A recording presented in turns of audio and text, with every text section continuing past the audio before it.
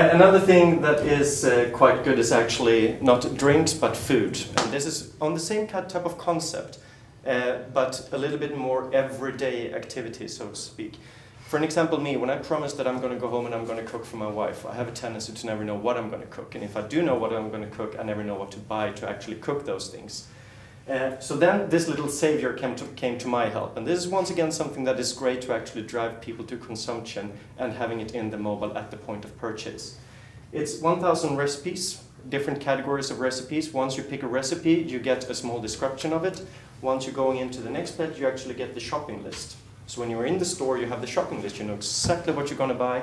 And when you come home, you flip to the next page, and voila, there you have how to cook it. And then, well, by the end of the night, when you're the hero, you can just hide away the phone and, well, act like a hero, I guess. So, very useful and one of the really, really appealing applications. Whenever you show this to consumers, they get, wow, how can I get that on my phone? And that's kind of the key concept with having this type of mobile marketing. Fun, relevant, and useful. People should not just be exposed to it, they should actually ask, how do I get it?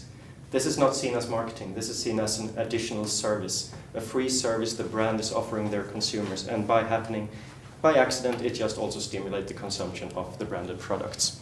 Great.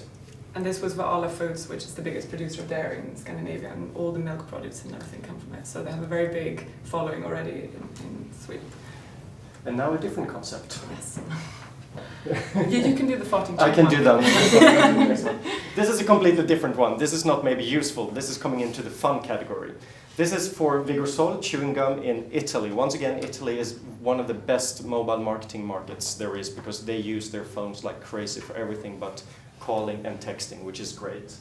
If you asked me if this one would be an award-winning campaign, if this would be one of the best downloaded applications ever, I probably wouldn't have guessed so before. But it's about a little chipmunk who is farting out a forest fire. And 300,000 Italians downloaded these applications to their handset. And what it really does is that it is, I think it's in English, a whoopee bag. No, what's it called? Whoopee cushion. Whoopee cushion. Farting cushion. Sorry, very my Swedish doesn't really translate this. But it's a practical jokester, really, and it's always available once again. You take your phone and you put it next to the colleague you don't really like or the boss, and when he sits down, well, it makes a funny noise and everybody can laugh at the guy who sat down. I mean... 10-second timer, yeah. Yeah, it's one of those things. It's really fun and... once again, people really enjoy it. 300,000 downloads speaks for itself, I think. And it's very interesting to know that 80% of those downloads were actually made by viral distribution, forwarding on to a friend.